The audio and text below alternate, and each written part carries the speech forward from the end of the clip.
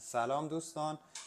جدیداً سی پی های مدیاتک توی گوشی های سامسونگ ما مشکلی باش برخوردیم که روی هنگ لوگو اول یا دوم ریستارت میکنن که اینو فقط میشه با اسکتر حل کرد.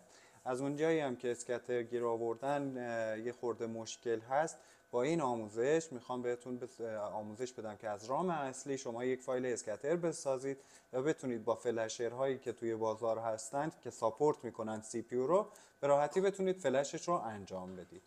خب اول از هر چیز باید آدرس فایل رو بهش بدید، فایلی که مربوط به همون مدل هست. من A155F رو انتخاب میکنم، باینری 5 فولدر رو انتخاب میکنم و بهش میدم. شروع میکنه اکسترکت کردن و یک فایل جدید ساختن. یکم زمان بر هست به خاطر فایل سوپر. خب فایلمون رو واسه مدیاتک ساخت. یک فایل اسکتره که با هر برنامه‌ای که سی پی رو بتونه ساپورت کنه شما میتونی رایتش کنی. من معمولا با CM2 این کار رو انجام میدم. CM2 رو باز میکنم.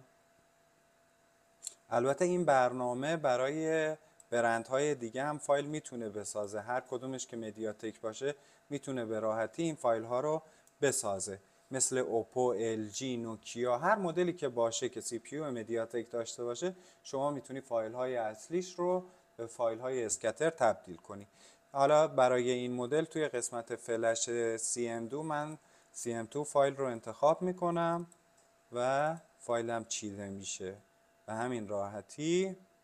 حالا تیک هایی که احتیاج دارم رو میزنم برای تو فلش. میتونم هم بیرامود بزنم هم با تست پوینت بزنم، فرقی نمیکنه. اگر هم برنامه هاشو احتیاج داشتید و توی دسترستون نبود کامنت بذارید، واسهتون لینکش رو ارسال میکنم تا بتونید دانلود کنید.